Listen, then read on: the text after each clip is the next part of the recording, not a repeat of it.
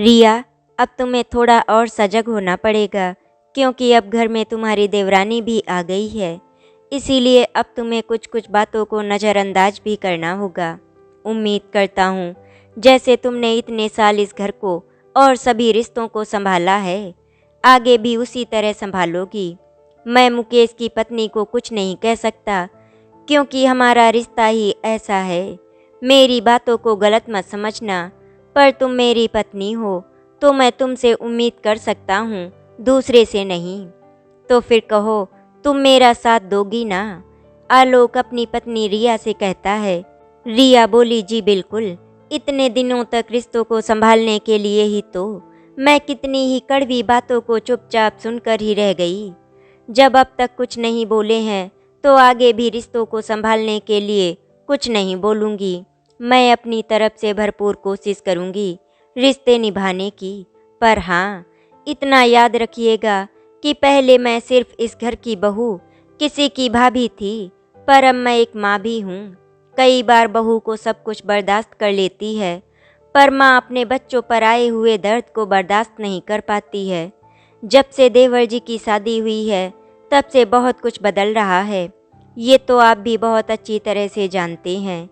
आगे उनके भी बच्चे होंगे तो? आलोक बोला, तो क्या? आखिर तुम कहना क्या चाहती हो? साफ साफ कहो।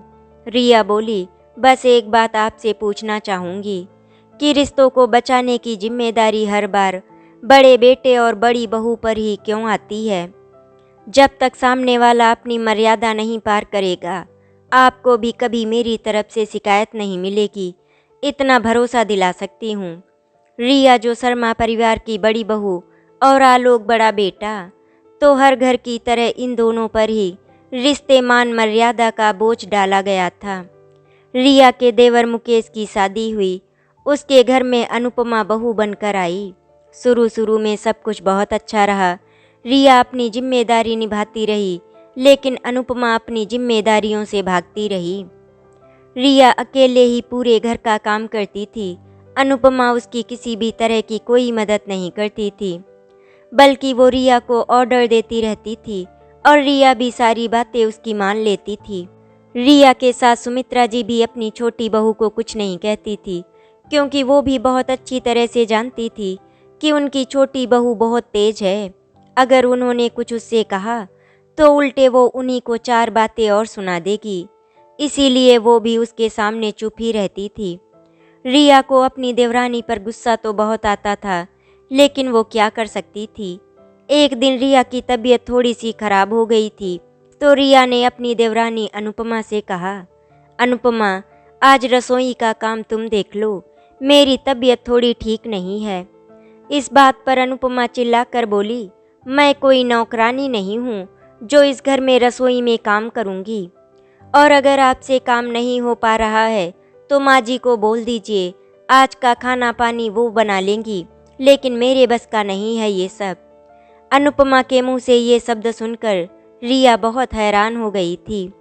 उसने अनुपमा से कहा, अनुपमा, घर का काम करने से कोई नौकरानी नहीं बन जाता।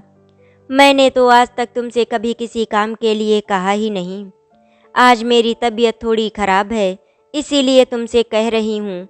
और रही बात माँ जी की, तो वो अब बहुत बूढ़ी हो चुकी हैं, वो कैसे काम कर पाएंगी। अनुपमा ने कहा, मैं कुछ नहीं जानती, मुझसे ये सब काम नहीं होगा, बस बात खत्म। और वो अपने कमरे में चली गई। रिया ने दवा खाई और फिर धीरे धीरे करके घर का काम निपटाया। रिया की सासू माँ सुमित्रा जी भी अपनी छोटी बहू का ही ज़्यादा साथ देती थी, क्योंकि उनका छोटा बेटा अच्छा खासा कमाता जो था। इसी तरह छोटी मोटी नोक झोंक के साथ दिन गुजर रहे थे। जैसे जैसे समय बढ़ता गया, रिया और अनुपमा के बच्चे हुए, उसके बाद से तो हर किसी के बदले हुए रंग उतरने लगे। समय बीता। एक रोज रिया कमरे में काम कर रही थी कि उसी समय उसकी 6 वर्षीय बेटी अर्पिता रोती हुई कमरे में आई। उसने पूछा भी, अर्पिता, क्या हुआ बेटा, क्यों रो रही हो? पर अर्पिता रोए जा रही थी। रिया को अर्पिता को संभालना मुश्किल हो रहा था, क्योंकि वो चुप ही नहीं हो रही थी। रिया बोली, अरे बेटा, क्या हुआ, कुछ बताओगी, तभी तो मैं तुम्हारी मुश्किल को हल कर पाऊंगी। मेरी लाडो रानी क्यों रो रही है बताओ मुझे। पर अर्पिता थी कि चुप ही नहीं हो रही थी। तभी उसके पीछे अर्पिता का 11 वर्षीय भाई नमन आया। उसे देखते ही रिया बोली, नमन क्या बात है, तुम्हारी बहन क्यों रो रही है? देखो तो पूरा चेहरा लाल कर लिया है इस लड़की ने। तुम इसके बड़े भाई हो, तुम्हें इसे संभालना चाहिए था। बेटा आखिर ये क्यों रो रही है? नमन बोला, माँ सारी गलती अर्पिता की है। जब पता है चाची के बारे में तो क्यों गई चाची के कमरे में। मैंने इसे कितना मना किया पर इसने मेरी एक नहीं सुनी और चली गई चाची के कमरे में। नमन का जवाब सुनकर अर्पिता रोते हुए चिल्लाई, भैया क्या गलती थी मेरी? मम्मी मैं तो खाना भी नहीं चाहती थी, पर अनुज, अनुपमा का बेटा, ने अपने हाथों से वो बिस्किट मुझे खिला दिया। इतनी सी बात पर चाची ने मुझे चाटा मार दिया। आने दो पापा को, मैं सारी बात बताऊंगी। कहते हुए अर्पिता फिर रोने लगी। अर्पिता की बात सुनकर रिया सब समझ गई, पर बोलती भी तो क्या। दोनों बच्चे तो अभी अबोध थे, जो देखा वो कह दिया। पर रिया को बात समझते देर नहीं लगी कि आखिर क्या हुआ होगा। अर्पिता तो अभी भी रोए जा रही थी। फिर रिया अपने पर्स से कुछ खुले पैसे नमन को दी और बोली, बेटा नमन लो बगल वाली दुकान से एक पैकेट बिस्किट ले आओ। नमन भागकर अपनी बहन के लिए एक बिस्किट का पैकेट लाया। अर्पिता को बिस्किट देकर रिया ने किसी तरह उसे चुप करवाया, पर उसके दिमाग में जो तूफान उठ रहा था वो अब असहनीय था। वो सोचने लगी, महज एक बिस्किट के लिए उसकी बेटी को चाटा मार दिया अनुपमा ने। छी, कितने छोटे मन की है। रिया का भरा पूरा परिवार, सास ससुर देवर देवरानी, उनके 2 बच्चे। रिया के 2 बच्चे सब एक साथ रहते थे। ससुर जी के काम से रिटायरमेंट लेने के बाद घर का खर्चा दोनों भाई मिलकर उठाते थे। पर समस्या ये है कि आलोक की इतनी कमाई नहीं है, जबकि मुकेश का अच्छा खासा काम है। फिर भी ज़्यादातर खर्च आलोक के हिस्से में ही आते थे। ये देखकर रिया अपने पति की मदद के लिए अपनी तरफ से पूरी कोशिश करती थी। वो ज़्यादा पढ़ी लिखी तो नहीं थी, फिर भी छोटे मोटे काम जैसे साड़ी में फॉल पीको करना, उसे ड्राइंग करना बहुत पसंद था, तो छोटे छोटे बच्चों को ड्राइंग सिखाना, इन सब कामों से जो पैसे मिलते थे वो उसने अपने छोटे मोटे खर्चों को पूरा कर लेती थी। पर उसके बावजूद भी पूर्ति नहीं हो पाती थी, क्योंकि एक्स्ट्रा खर्च जैसे सास ससुर की दवाइयाँ, नंद के ससुराल में कोई प्रोग्राम होना या मेहमानों की आओ भगत के लिए खर्च करना आदि, ये सब आलोक और रिया को ही देखने पड़ते थे। इधर अनुपमा के तेज स्वभाव के कारण मुकेश तो इन खर्चों से साफ साफ बचकर निकल जाता था, और माता पिता भी उससे ज़्यादा कुछ कहते नहीं और ना ही दोनों बेटों को अलग करते। उनके अनुसार तो परिवार में एकता होनी चाहिए। ये अलग बात है कि उस एकता के चक्कर में बड़े बेटे बहू पिस रहे थे, जो माता पिता को नज़र तो आता था पर हमेशा की तरह अनदेखा कर देते थे।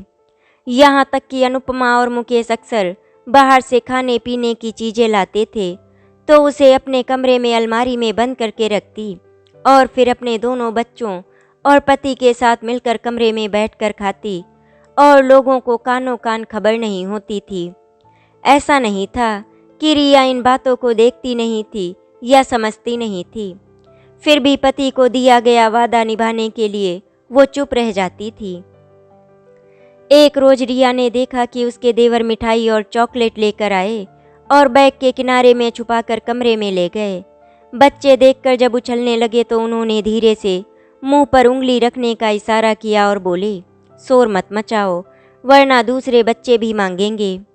अब इसे ले जाओ और दोनों चुपके से खा लो, पर ध्यान रखना इस बात की खबर तुम्हारे भाई बहनों को नहीं होनी चाहिए। अपने देवर के इस व्यवहार को देखकर रिया को बहुत बुरा लगा और उसने मन में सोच लिया कि एक दिन वो अपनी सास से इस बात की चर्चा करेगी। एक बार उसने अपनी सास सुमित्रा जी से इस विषय में कहा, मम्मी जी क्या अच्छा लगता है कि एक ही घर में कोई अपने कमरे के अंदर अलग दुनिया बसाए और कोई बाहर अलग दुनिया। उस पर सुमित्रा जी ने ये दलील दी कि हर माता पिता अपने बच्चों के लिए करते हैं, अगर वो लोग अपने बच्चों के लिए लाते हैं और खाते हैं तो इसमें गलत क्या है। और बहू, जहाँ तक बात है खर्च और अपने बच्चों पर मिठाई और चॉकलेट लुटाने की, तो इतना तो समझो, जिसकी जैसी औकात वो उतना ही खर्च करता है। अब तुम्हारी नहीं है तो तुम नहीं कर पाती हो, तो तुम क्या चाहती हो मैं तुम्हारे बच्चों के लिए अपने दूसरे बेटे के पास या बहू के पास जाकर भीख मांगू? ना बाबा, ना मुझसे ये सब नहीं होगा। इस पर रिया चुप हो गई। अब छोटे बेटे के पास पैसा था तो माँ बाप का झुकाव उनकी तरफ ज़्यादा था। महीने की शुरुआत में एक रोज़ जब अनुपमा अपने पति के दिए गए पैसों को गिन रही थी तो सुमित्रा जी की लालची नज़र इस तरफ देख रही थी। सुमित्रा जी धीरे से बहू के पास आईं और चाशनी में डुबोकर बोली, छोटी बहू, मैं तुम्हारे लिए कितना कुछ बड़ी बहू को सुनाती हूँ। पता है तुम्हें वो क्या कह रही थी कि तुम लोग चोरी छुपे अपने कमरे में बैठकर मिठाई, चॉकलेट और अच्छी खासी चीज़ें खाते हो। अब बताओ मैं भला इसमें क्या कर सकती हूँ? मैं तो चाहती हूँ कि तुम लोग अच्छे से खाओ पियो रहो, पर उसकी बुरी नज़र तुम पर रहती है, तो ज़रा ध्यान रखना। वैसे तो तुम बहुत समझदार हो और हमारा ख्याल भी रखती हो। वो क्या है ना, मेरी पायल टूट गई है, इसीलिए मैं सोच रही थी कि एक नई पायल खरीद लूं। अपनी सास की लालची नज़रों को अनुपमा तुरंत भाप गई और बोली, मम्मी जी, इस बार तो पैसे कम हैं। अगले महीने अगर इन्हें बोनस मिला तो मैं आपको पायल खरीद कर ज़रूर ला दूंगी। और आप मेरे बारे में इतना सोचती हैं, उसके लिए धन्यवाद। इतना कहकर पैसों को अपने आंचल से छुपाते हुए अनुपमा अपने कमरे में चली गई और गुस्से में आग बबूला हो रही थी। उसके मन में इतना जहर भर चुका था कि लगता था आज तो वो रिया से दो दो हाथ करके ही दम लेगी। और बची खुची कसर सुमित्रा जी ने पूरी कर दी थी, तो बस अनुपमा ने अच्छा खासा हंगामा खड़ा कर दिया। फिर घर की शांति के लिए आलोक और रिया को ही चुप रहने की हिदायत दी गई और फिर वो रिश्तों को बचाने के लिए चुप हो गई। लेकिन आज की घटना के बाद रिया ने फैसला कर लिया कि उसे क्या करना है। आखिर कब तक बड़ी बहू होने का खामियाजा वो भुगतेगी। बात जब तक खुद पर थी वो सहती रही, पर अब वो सिर्फ बहू नहीं बल्कि एक माँ हो चुकी है, तो अब उसे अगर कोई स्वार्थी कहे तो वो भी उसे मंजूर है। रविवार का दिन था। हर बार की तरह कुछ न कुछ मेहमान आए थे जो रिया के बच्चों के लिए चॉकलेट भी लेकर आए थे। अब जब मेहमानों का आना हुआ तो बाहर से नाश्ता, नमकीन, बिस्किट वगैरह सब आलोक लेकर आए। फिर सभी मेहमानों को खाने के लिए दिया गया और रिया ने वो चॉकलेट उठाकर अंदर रख दिया, ये कहते हुए कि अभी मिठाई नमकीन बच्चों ने खाया है तो चॉकलेट बाद में खा लेंगे। उसके बाद रिया ने बाकी का बचा हुआ सामान अपने कमरे की अलमारी में ले जाकर रख दिया। मेहमानों के जाने के बाद जब घर के लोग बैठे तो मुकेश ने कहा, अरे वो नमकीन आई थी, वो कहाँ गई? जरा हमें भी तो दो, हम भी तो चख कर देखें कैसी है। अनुपमा के बच्चों ने कहा, हाँ हाँ पापा, और वो अंकल तो चॉकलेट भी लेकर आए थे, वो भी नहीं दिख रही, कहाँ गई? वो सब हमें भी खाना है। अनुपमा मुंह बनाते हुए बोली, पता नहीं कहाँ रखा है, पैकेट दिख ही नहीं रहा, लगता है किसी ने छुपा कर रखा होगा या अर्पिता और उसका भाई सब हजम कर गए होंगे। वैसे भी दूसरों के खाने पीने पर उन लोगों की नज़र कुछ ज़्यादा ही रहती है। इतना कहकर अनुपमा ठहाका लगाने लगी। रिया मुस्कुराती हुई बोली, नहीं नहीं, किसी ने हजम नहीं किया, वो चॉकलेट और नमकीन के पैकेट मैंने ही अपनी अलमारी में रख दिया है। रिया के जवाब से सबका ध्यान उसकी तरफ गया। आलोक ने बड़ी आश्चर्य से पत्नी की तरफ देखा और बोला, भला उस पैकेट को अलमारी में रखने की क्या ज़रूरत थी? खाने के लिए लाया गया था तो सबको खाने दो।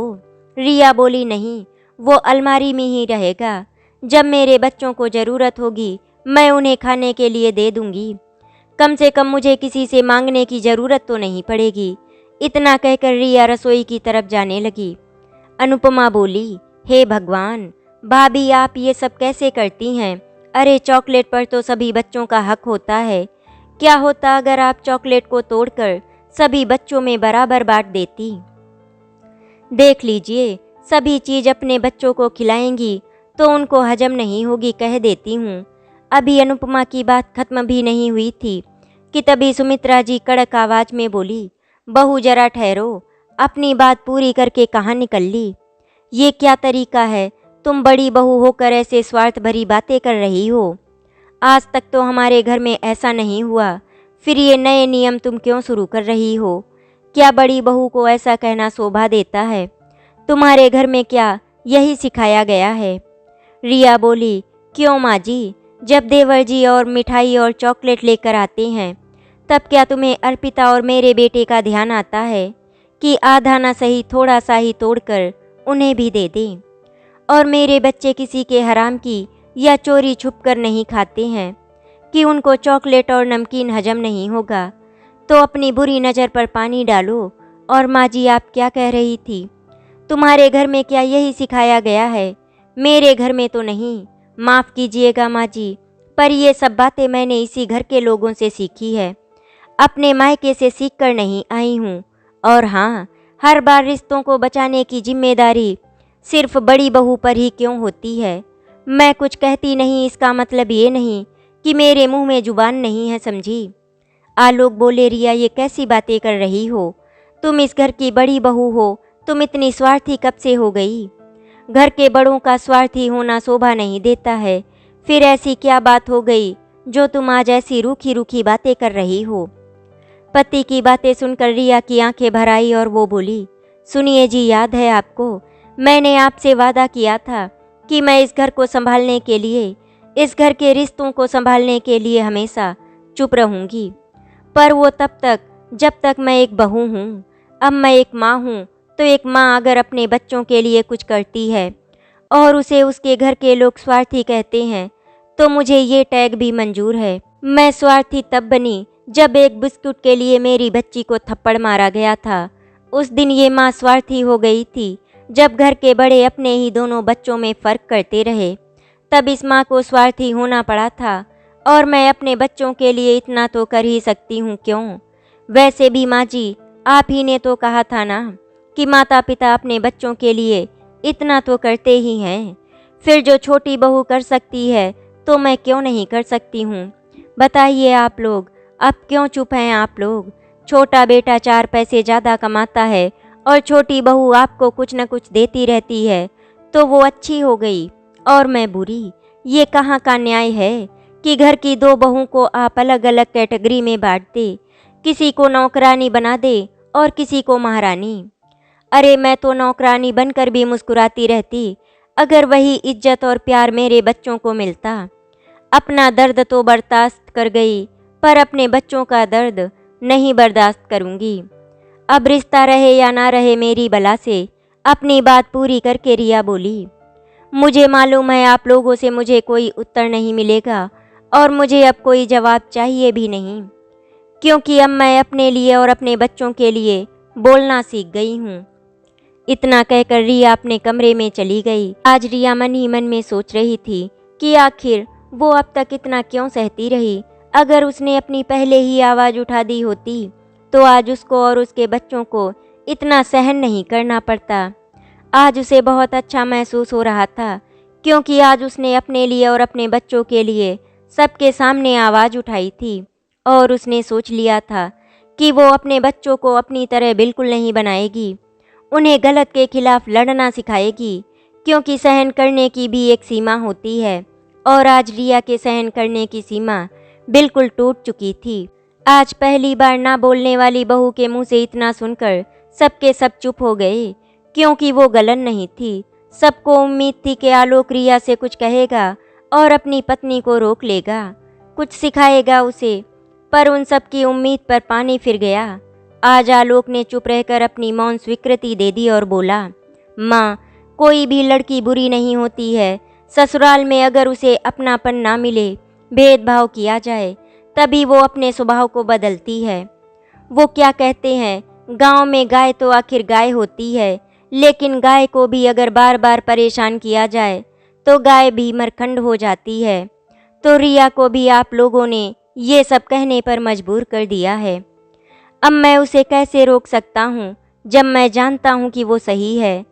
जब परिवार के सामने पूरी बात आई तब सबको अपनी गलती का एहसास हुआ कि आखिर रिया के साथ उन लोगों ने कितनी ज्यादती की है। आखिर माता पिता को भी समझ में आ गया कि एकता के चक्कर में घर में क्लेश बढ़ रहा है। उन्होंने छोटे बेटे बहू को भी बराबर खर्च करने के लिए कहा, तो अनुपमा ने इस बात पर हंगामा कर दिया और खुद अलग होने की बात की। तब सुमित्रा जी को एहसास हुआ कि आज तक रिया कितना कुछ बर्दाश्त कर रही थी, पर कल तक तो वो बहू थी, इसीलिए बर्दाश्त करती रही, पर आज वो माँ है तो क्यों बर्दाश्त करेगी, और किन रिश्तों के लिए बर्दाश्त करेगी, ऐसे रिश्ते जो मतलबी हैं।